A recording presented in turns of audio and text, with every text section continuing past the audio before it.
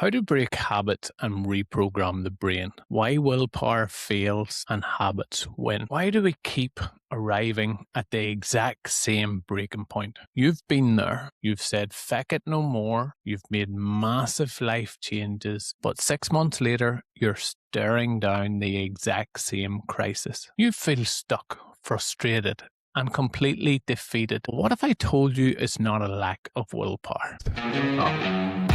Failure is like everything else in life, it's just between. Never fail. I need to know to get to where I want to go. Today we're diving deep into how to break those bad habits and how to reprogram your brain so you can stop running in circles and finally unlock lasting growth. The truth is, willpower is a finite resource. It runs out when you're tired, when you're stressed, when you're overwhelmed. Your brain is wired for efficiency. It turns repeated actions into automated loops just to save you energy. I once came across a study that said after the age of 22, 90% of people are running on their subconscious mind. That part of our brain that takes no effort, no energy. We're just on autopilot. Think about it. Whenever you were learning to walk, you got up. You made a few mistakes. You were like, okay, I need to try this again. You made some adjustments, but you were using your conscious mind to reprogram new little things. If I try this different, if I do this different, if I balance this way, that is getting programmed until we learn how to walk over months. Then comes a part of your life where you no longer think about walking. You no longer think about putting one foot in front of the other, about how to balance yourself. It's just automatic. And the same is true for pretty much anything that we learn that becomes a routine or that we just do on autopilot. Think of driving. You don't think about actually all the little motions now that you've passed your test for a few years. You do at the time until you learn the skill, but after that, you don't. So that's where the theory of after the age of 22, whenever we think we know it all, whenever we think we've learned as much as we need to learn, that we have a lot of our habits, a lot of our behaviors hardwired into our mind, and our subconscious mind just takes over the reins and takes us through day-to-day life. And because it's automated, it helps save us energy. Imagine if we had to think about every little detail of everything that we always learned. We would be exhausted. So a lot of the stuff we can just do on autopilot. However, if you don't change the underlying mechanism of this autopilot or these loops, your brain just defaults back to the old programs, the old signals, the way of doing things. So whenever we're trying to break a habit that is a program based off what we've always done, it can be hard and it can be challenging. But today we're going to talk about a few ways on how we can make that happen. Talking to our previous guest, this stood out to me, and we're going to cover some of this in today's episode. There's a few tools that we can use to really help us break those patterns where we've said, feck it no more, I got to stop doing this to get you to a better place. Those tools I've come across from all the research and all the studies, but they really stood out whenever I've been talking to the guests this last few months. And now we're going to have a look at some of them tools today individually. And the first one I want to start with is curiosity. When we fall into any bad habit, any addiction, anything that is negatively impacting our lives, our immediate reaction is shame and self-criticism. That shame locks that habit into a loop because we're like, oh, I shouldn't have done that. Why do I do that? I'm stupid. I should have done something else. Why did I not go to the gym today? Why did I eat that extra packet of biscuits, in my case? Why did I not go out for that run? Why do I drink so much? Why did I just gamble away my wages? Why? So that becomes a negative. And now that negative brings us back into the loop of having to want to do more that gives us that short-term high. Eating that packet of biscuits, placing that next bet, having that other drink, sitting watching another episode of something instead of going to the gym. So it's a negative loop that we're now stuck in. Curiosity is one of the first tools that we can use. Asking yourself, why have I been doing what I have been doing? Why did I need that other packet of biscuit? Where is this behavior coming from? Why do I drink so much? Why am I gambling away my money? Asking yourself those questions. What am I hiding? Getting curious about is an important first step because it takes us out of that loop from doing the habit or the behavior that's having no positive impact on our lives to now we're at a point where we are questioning that habit and that behavior. Where's it coming from? Why am I doing it? How do I break it? What does my life look like without that? What do I need to introduce in place? What do I need to add? All of that curiosity starts breaking the loop and replacing it with a new loop. I want to take a moment before we jump into some of the other tools and why curiosity is so important to really just give a shout out. To make sure that you never miss an episode from one of our guests, because the power of our guests coming on and telling their story shows people it can be done. It tells them about what they've went through, what it looked like them, how they were able to break that negative behavior, and we don't want you to miss out. So please take a moment, whatever platform you're listening on right now, and hit that follow button or subscribe. It really does massively help us and the algorithms find the right people who needs to hear this message. It helps keeps our show and our community growing, which is one of the key challenges that we have at the moment. The other way is to share this episode with your community, with your platforms. Let them know that you're enjoying our content and that they should check it out, because you never know who's in your community who may need to hear this information right now at this point. Deconstructing the loop. To understand how to change your habits, we have to look at the classic behavioral loop discovered by neuroscientists. Every single routine, good or bad, is made up of three parts. The cue, the environmental situation or internal trigger that tells the brain to go into autopilot. The routine, the physical, mental, or emotional behavior you execute automatically. And then the last, the reward, the psychological or chemical payoff, like a dopamine hit that tells your brain, hey, this felt good. Let's remember this for the next time. Here is the ultimate secret to neuroplasticity. It's easy for some people to say. And true habit formation. You never truly delete an old habit loop. Once a neurological pathway is carved into your brain through your body, it stays there. The good news is you can hijack it. So I want to give you the golden rule for how to rewire your brain. You must keep the exact same cue and deliver the exact same reward, but completely replace the routine. Does that make sense? So what we want to do is the trigger, the cue that usually sends us in to this loop, we want to keep the same because it's already programmed in there. The reward of the feeling good, the endorphins, whatever the case is, we want to keep that because we know that that's why we started, to get the reward. But we want to completely change the behavior or the routine in the middle part of it. So think of this as we're not building a computer program from scratch. What we're doing is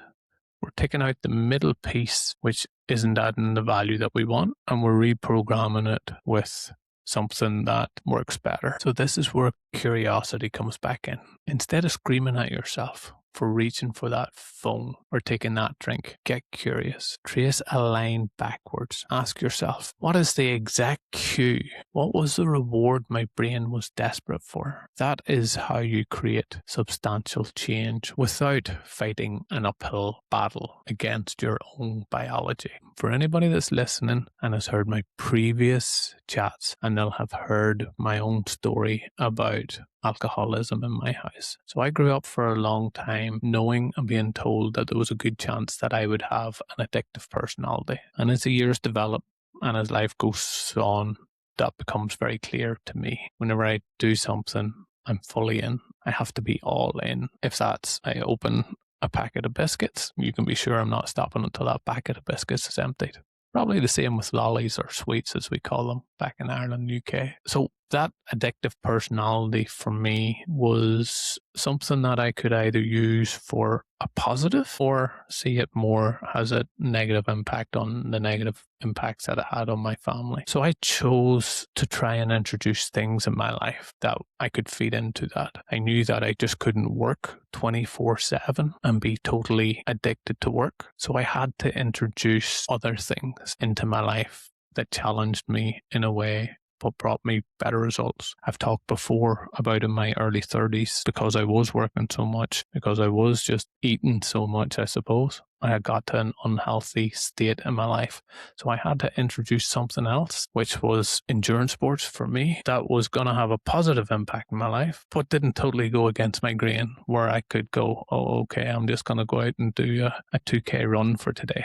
Because that would never work for me, because unless there was something at the end of that, unless it was a challenge, unless it pushed me to the limit, I wasn't going to put in the effort. But once I was committed and putting in the effort, I'm all in and I'm there. So that was how I introduced something positive into my life. Now, the effects of that was I went on to push myself to the limits that I never thought possible. My mental health improved, my mindset improved, things that I thought wasn't possible became possible. I came up with a technique. If I wanted to achieve something, I just need to figure out what do I need to know to achieve it. There were all things that came from that decision of introducing that one positive aspect of my life. But in an alternative life, I could easily have slipped into starting to drink, starting to socialize, feeling more confident by drugs or alcohol. But I know that would have took me down a totally different route and a totally different outcomes in my life. One has had a positive impact in my life. One would have had a negative impact in my life, had negative impacts on the people around me life. So that's just one example. But what I want to do is even show from a few people that have been on the show, their case studies of this as well. If we look back to the episode that we did with Kelly, and if you haven't seen the episode with Kelly, I encourage you to go back and have a look at it. The title is Drunk to Be Herself, Then Astrology. Kelly openly admitted that she was trapped in the classic emotional escape loop for nearly 4 years. It always started on a Sunday evening, high pressure social situation. Kelly would experience a suffocating wave of feeling socially misaligned, invisible, and choked by the unexpressed emotions. She felt like she couldn't be herself unless she was either high or drunk. And to cope, her brain found a shortcut. She would wait until she was in an altered state at a party, and only then, under the artificial buffer, would she finally speak her mind and show people her true self. The instant chemical relief from social anxiety and the fleeting sense of that authentic connection. Kelly's Feck It No More moment came during COVID, whenever she was forced to isolate from those people and not able to get her fix from going out and socializing and partying, having to sit with her own thoughts and thinking, who do I want to be? Why am I doing this? What else is there out there? That curiosity had been triggered for her without even knowing it. And watch how the cues stayed the same. She openly admitted that she felt still anxious at times to do things, yet she understood that the reward she was looking was that authentic expression of herself, of doing something that she was passionate about, to be able to get into the astrology aspect a lot deeper, because that's what she was passionate about. So the routine then became, let's go deeper into what I am passionate about, what do I enjoy, to understand what that gives me, what that reward is. And what she found along that journey was she made new networks, new friends, where she could be more authentic because she was being true to herself. If you haven't seen Kelly's story, I do encourage you to go back and have a look at it. It is quite an amazing Feck It No More moment and transformation. Enoch's story was another prime example of having to break that gambling addiction that was having a real hold on his life to create something better. And if you remember, Enoch lost $5,000, pretty much his whole fortnightly pay, in 1 hour. 60 minutes gone from gambling. After 2 years of really struggling with this, he reached out for help. And during that process, we did the exact same thing. We looked at the cues, the triggers for Enoch. His was football. He loved soccer, as they call it in this country, but he loved watching football and he loved sitting back and having a bet while the football was on. He liked that thrill of it. He liked the excitement of it. Yet the result was he was losing a lot of money, and he was in that spiral loop again, that destructive loop where he would have the initial high whenever he got paid. I can't wait to put on a bet. I can't wait to sit down and look and understand where I might win, sitting down, watching the results, that high of that. And then the outcome, the result of I have no money again for the rest of the week. How am I going to survive? So that was that negative loop for Enoch. Once we identified that, okay, that trigger point, if we can change that into a more positive substitute, we will get then a different result, which is he was looking that high of feeling like he was achieving something, he was winning something. So what that looked like for Enoch was whenever that cue would come and he would sit down, we ended up having to change that cue from watching football to going and working on himself, figuring out what he wanted to achieve with his life, what made him feel like he was winning at a higher level than just the gambling, something that he could get thrilled in. So we had to change it from I'm now investing my time into gambling to now I'm investing my time into my own personal growth to see who I can become. And that's where we introduced the curiosity again. Who can I become? What do I need to learn? What skills do I bring to the table? What skills do I need to learn in the years to come? And once we were able to attach that to his passion and what he wanted to achieve further down the line, it was very easy for Enoch to break that cycle of the gambling. And it did mean him moving away from his initial cue. So we go back from the point of, okay, I get paid. It was more going back to the point of, okay, I'm now bored. I'm looking for something to do. What do? I fall into that gambling routine. So whenever he was sitting idle, we introduced other things for him to do, whether that was go to the gym, do some research, focus on his future, do some new development, learn some new skills, put a plan in place for the future. We introduced the new plans, and that was helping him break that cycle. And again, don't take my word for it. Hear from Enoch's own mouth. Go back. I think the title was I Lost $5,000 in 60 minutes, something along those lines. Go back, have a look at that episode. If you enjoy it, share it, like it, give it 5 stars, whatever the case. But get curious about where is my negative, destructive behavior impacting my life. And you mightn't even think it is that, because at the start, Enoch didn't think his behavior was having a negative impact in his life. Whenever he was starting to lose $300-400 a week, it wasn't having a negative impact on his life, but he was starting to build a habit. Whenever Kelly was spending 3, 4, 5 years out socializing, and I think it was probably more if you go back and look at the episode, but whenever she was building the habit of I need to be drunk, I need to be high to socialize with people, she wasn't thinking about this habit is there. So the reality is, at the moment, there's probably something in your life that you're doing which will either be glaringly obvious, feck it, no more, I can't keep doing this, and it'll be so obvious that it'll be screaming at you. Yet there will have been points before that where you weren't even aware. Them habits were just forming in the background. So if you're sitting listening to this now and you're thinking, it doesn't really apply to me, there's nothing in my life I need to change, I guarantee you there probably is something. There's something that you're doing on that subconscious mind on a regular basis that you don't even know about that's having a negative impact. And again, I use my own life as an example because, well, in my own case study, there was the eating bad, and I can still fall into that habit so quickly if I haven't got a focus on why I should be healthy. There was finances for me where we just kept doing little things, that spending money here and there where we didn't need to be spending it, but it kept me in a cycle where I had to work, I had to be on that high salary, I had to be doing them things, and it took me away from having more time with my kids and having more time with my family and being able to retire earlier.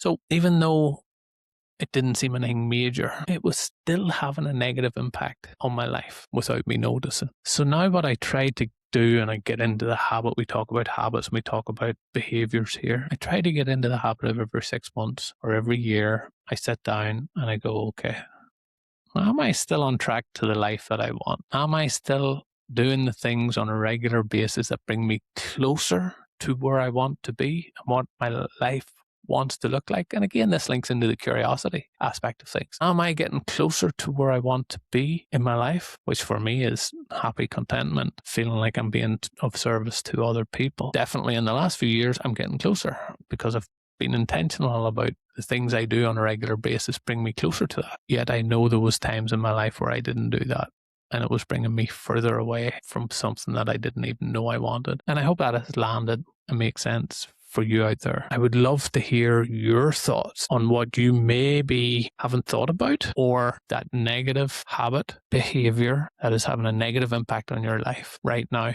Maybe it is a complete feck it no more moment. Maybe it is actually, before it gets to that point, I could do something about it now. Leave it in the comments below. Look, now that you've got curious about the negative habits that you could be having in your life, I always like leaving my clients and the people I work with on a regular basis some actions or some tools that they can actually use this week if they choose to. So the tool this week is the if then. Call it a framework, call it a tool, whatever lands. But this completely removes decision making from the equation. So you don't have to rely on the fading willpower when you're stressed or you're tired. What I want you to do is pull out a piece of paper or write a note on your app on your phone right now. Approach this exercise not with any judgment, but with pure curiosity. Identify that primary negative trigger or cue this week and fill out this exact script. When cue happens, instead of doing the old routine, I will immediately execute the new healthy routine to get my reward. For example, when I feel overwhelmed by work, that's the cue. Instead of mindlessly scrolling through social media for an hour, that's the old routine, I will immediately take 5 minutes to walk outside. That's the new routine, to clear my head, to reset, to write down, visualize, and commit to what I'm going to do. Does that make sense? So what we're doing is we're putting a plan in place before that moment even happens. Whenever I feel that cue coming on or that trigger coming on, I will then change it to something more positive. What is that positive for you? What does that look like in your life? What are you doing? Have that pre-written, either whole sheet of paper, like I have, or on your phone app, wherever you can rely on going back and finding it. And the action part is the most important part. So you can have it written down, you can have it on your app, but if you don't actually, whenever you recognize that cue coming on, going, oh, this is the time I'd like to grab that pint, or this is the time that I'd like to scroll on the phone, as we used as an example, ask yourself, that point, just before it happens, am I going to take the action to look at what I had written, to do what I had said I was going to do, and to follow through with it, to give me more positive outcomes that will relate to the exact same reward? Now, I need you to know reprogramming your brain takes time. But shifting from self-criticism to pure scientific curiosity, that is half the battle. If you want to see these habit loops fully deconstructed in deep,